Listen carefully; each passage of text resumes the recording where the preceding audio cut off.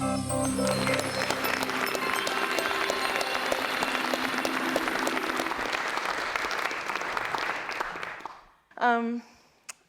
here to talk about self-doubt and the power of personal narrative, primarily personal online narrative or blogging, as we all know it.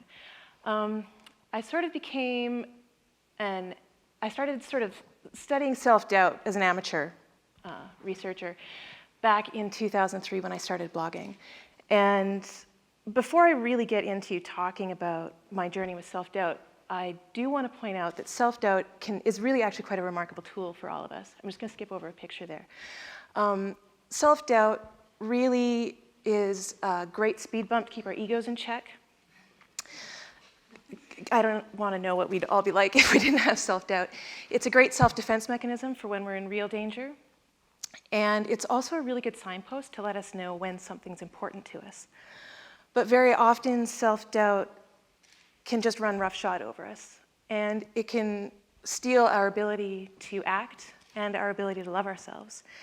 And that's where I was in 2003 when I started blogging. I was at a really low point. I'd been writing for 23 years already at that point. From when I was 7 years old, I'd been writing journal entries and poetry and short stories. But I'd hidden them all in boxes and under the bed and in closets, and almost nobody had ever seen it. But the thing I wanted most in the world was to be a writer, and to be a good writer, and to be a published writer. But I knew I'd never get there because nobody can see you if you're in the dark. So I thought, I'll blog, because back in 2003, it seemed like there was maybe a dozen bloggers out there. And I thought, I'll write something, 3, maybe 6 people will come read it. I won't know their real names, I won't see their faces, it'll be safe. And I started doing that. And I did that for about 2 or 3 years, the first 2 or 3 years. And I got the cold sweats every time I hit publish, but I did it. And I wrote about my pets, I wrote about how I spilled soup on myself at lunch, just anything that came up. But I got used to it. And what blogging did is it rolled back that initial sort of layer of self-doubt, and I was able to put myself out there for the first time in my whole life. I was 30 years old, and I was finally putting myself out there. But at 33, in 2006, I realized I wasn't happy yet. I'd had this weird idea that opening up my creativity and publishing my work, no matter in what small way, I mean, now there wasn't like 6 people reading, there was maybe 60, but they were there. I had uncovered more unhappiness. It was like I became happy in one area, and I realized how unhappy I was in every other area. I was in a job that I like to think I was dispositionally ill-suited for. I would go in there every day. We've all had this job. I stared at my gray cubicle walls, and I thought I would die. I'd go in there with a heavy heart. I'd go home with a heavier heart. And then I would drag that in the next day and go home heavier. And at that point in my life, I'd started drinking a lot, and I was smoking a lot, and I was just generally feeling like an unwell 65-year-old and not like, somebody who should be a vital 33-year-old. And then I found out that Utah Phillips was coming to the Regina Folk Festival. And that man was incredible. He's since passed on. And actually, this photo was used in a service memorializing him after he died. But I took this photo of him. He was an anarchist, an activist, a folk singer, and a storyteller. If you haven't heard of him before, look his stuff up. He's amazing. But I felt like I was going to see a prophet, because he talked about people who did things. He talked about people who changed the world. And I get just choked up talking about this man. But I sat there, like 7 feet from him, taking his picture, and my heart soared because he gave me hope for the world. Like I could get out of my beige cubicle, But he was talking about people who did things. And then my heart sunk because I realized I wasn't one of those people. And it was at that point in my life that I felt I was really going to fall apart. Something had to change, but I was really good at not doing things on purpose. So it was another year, and it was 2007. I was still in my beige cubicle. I was still really unhappy and still drinking too much, and I got cancer. And that really kind of woke me up. I was like, wait a second, this doesn't just suck a little bit, this sucks a lot. And this could be the end of my life. And what did I do? I died unhappy in a beige cubicle. And this could be any of us. I mean, you can get hit by a bus. Who wants to do that, right? So I thought, well, I don't know what to do. And I suck at doing things, obviously. So I'm still in the beige cubicle years later. So I thought, but what did work for me was when I'd started blogging, and it had rolled back that self-doubt. And I thought, I don't know what to do, but maybe I can look at what is in the way. Maybe I can take some time to look at that self-doubt with a tool I already have, which was blogging. So I decided I'd start blogging more nakedly, writing my problems out loud. And I wrote my way through my cancer. I wrote about depression, and I went and I got help for that. I wrote about smoking. I quit smoking, which is great. I'll be 3 years quit in September.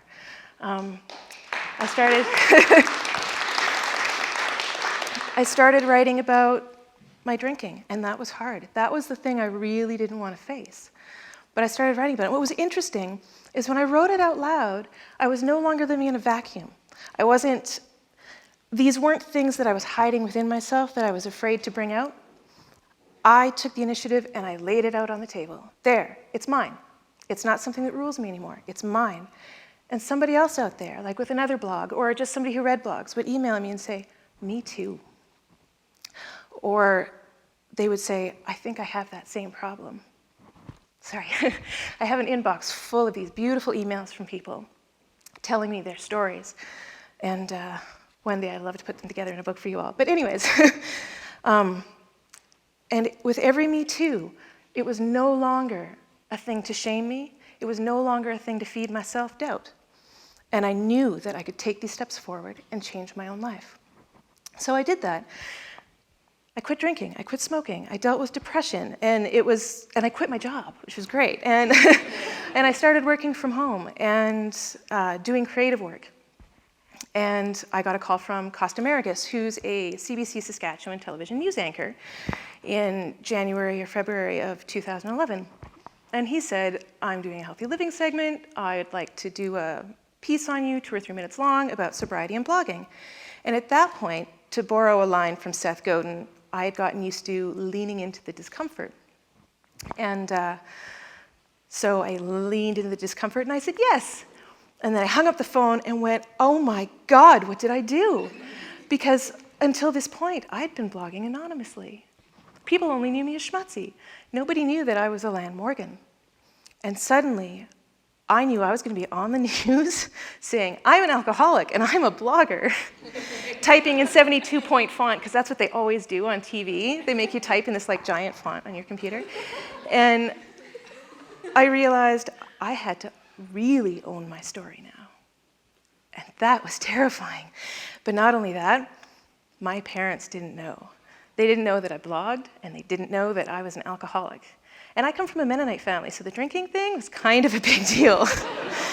So for the next week, I didn't breathe. I soaked in the bathtub, and I didn't breathe.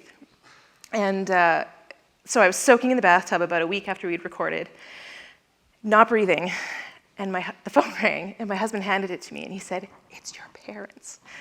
And I just about died. I was, all this self-doubt that I had worked through, all of these measures I'd taken, and all of the ways I changed my life, I was suddenly sure were complete bullcrap. Because I was certain that I would be rejected. And I wanted to go back. I wanted to go back to 2003 so bad. But I answered the phone, and I said, hi, Mom. And she said, so we saw the news. And I said, yep. And she said, we know you're a blogger and an alcoholic. And I like the way blogger and alcoholic, like we're on equal footing. And I said, yeah. And she said, it's okay, because you're a child of God. And I'm not religious at all. My mother is, but I'm not. But that moment, I'd been ready to just erase everything the last 7.5 years and go back and erase all of the things I had done. My doubt was still so big. But there I was, naked and cold and wet, with my mother ushering me into full acceptance. And if that's not the universe giving you a huge slap upside the head that you're on the right path, I don't know what is. So that's why I'm a huge believer in looking. If you feel like you can't do anything, that's okay. Maybe you're not in a place to do anything, but you can look at what is maybe in the way of that. And as you look at those things, you can discover parts of you that are bigger and stronger and more powerful than you thought before. So anyways, I wanted to share with you a few things that I've learned that have helped move me through self-doubt over the years, and some things I didn't know when I started. One is that remember that self-doubt is a self-defense mechanism that your brain feels when it's vulnerable. It doesn't mean all the time that you shouldn't do something. It's like a reflex, like when you accidentally kick the doctor when he hits your knee. That's sometimes all it is. And if you know that it's just a reflexive action, you can sometimes let it go. Think about that time you loved something really well, be it a person or a cat. That's my cat, Onion. Or your favorite blanket that you loved till it fell apart. Because when you're feeling powerless, when you did that, when you loved that thing that much, that, you know how you love something so much you almost want to eat it, like a baby? You always want to stick some part of them in your mouth? That's a power you have. That's a power you carry with you from the moment you're born. Remember that you have that, even in your weakest moment. Remember that your self-doubt has nothing whatsoever to do with the actual measure of your worth. I wish I could remember who this artist is. She's like a famous prairie artist. But anyways, I steal photos in art galleries. Don't tell my father-in-law. We often think of our self-doubt as almost like a second self, but a self that seems to know more. It doesn't know more. In fact, it's not measuring you really against anything. It's a mood. It's not a whole being with real opinions. It's a mood. And you can change that mood. And one way to change it is to do something you're good at. If you're feeling really doubtful, go do something that you know makes you feel awesome because you're great at it. Like if it's baking that perfect loaf of bread or playing that one song that you know how to play on the guitar. But show your brain that feeling of success again, because something does make you feel successful. No one's a complete failure. And this one is amazingly powerful. There was something you did as a kid on your own that made you feel big and good. And the one I did was kind of weird, but I would go to the store and I would buy those penny candies, those jujubes with the sugar coatings, and I would stick them in my pocket and they'd be like my secret medicine. And I'd walk around all day doling out my secret medicine, like I was like, and you weren't supposed to eat medicine without approval when you were a kid, so it was like my bad behavior. But it made me feel, I don't know, it just made me feel really good. And so I still do that sometimes. I dole myself out secret medicine. Own it. I took this photo after a day where I had walked around and I felt like I was so hot and people were responding to me so well and I was just rocking it. And yeah, I came home and my jeans pockets were both inside out. And I realized that some of the attention I was getting was maybe people just looking at my jeans pockets inside out. But the thing is, I still had a great day. And it's important to know that it's okay to be a little messy. It's okay to be a little vulnerable. It's okay to accidentally be a little bit of a freak in public because everybody else is, and it actually makes other people like you more. And if you don't feel you can do it, if you're feeling at a total loss, you have no faith in yourself, remember the person who does. Because you believe them. If you can't believe in yourself, believe in their belief in you. It's a little meta, but it works. And remember that your self-doubt is a sign that what you're doing is important. It doesn't always mean that you should run away. This one I actually learned when I was about 15.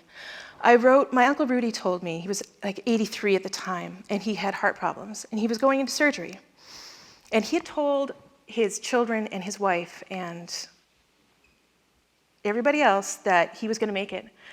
But when we were walking out of church that day, he grabbed my arm. I was 15. I don't know why he did this. I was crazy when he told me this. He said, "I'm dying on Wednesday. I told everybody else I'd live, but I'm telling you I'm dying." And I'm like, "Why would you do that to me?" I'm like, but I went home and I thought, I have to tell him what he means to me, because everybody else thinks he's going to live, but I know he's going to die. So I wrote him a letter telling him my first memories of him and how they affected my life. And he got it the morning of his surgery, and it was the last thing he read. And I was asked to read it for a eulogy at his funeral. And I was so afraid to share my writing. So of course I didn't read it myself, but I let them read it, because I realized that at that point my self-doubt was about it being important and not about the fact that I shouldn't do it. Take some of your power back outside so you'll feel it inside. This really works. I did it in a really huge way and just never went back to work again. But you can do it in small ways. If there's somebody that you argue with regularly and they call you a bitch every time you argue, and that's the thing that pulls you apart, tell them they can't do that anymore. Just take that little bit of yourself back, move your boundaries where you're comfortable, and you'll feel so much more power inside. And this is the one that I love the most. Not everybody has to do it the way I do, but share something with people that you've been afraid to share out loud. I write it on a website that thousands of people read every day. So that's not everybody's cup of tea.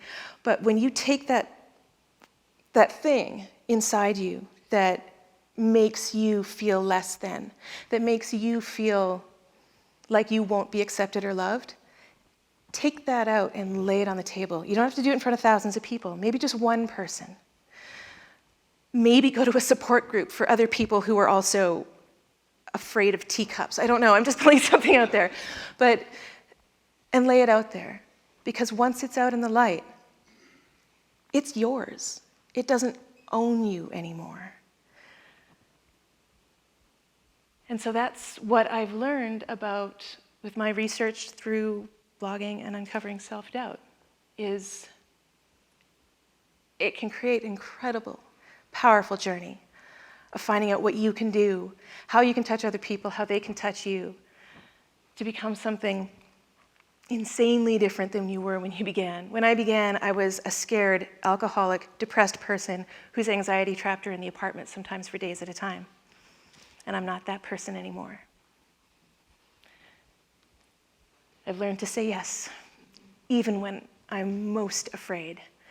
I'll quote Brené Brown, I'm probably going to butcher it, but she said, "Owning your own story is difficult, but spending your life running from it is much more difficult." And it's true. I spent 30 years running, but I've spent the last almost 9 years coming back, and it's truly mine. And now I can love it, own it, and evolve it with purpose. Thank you.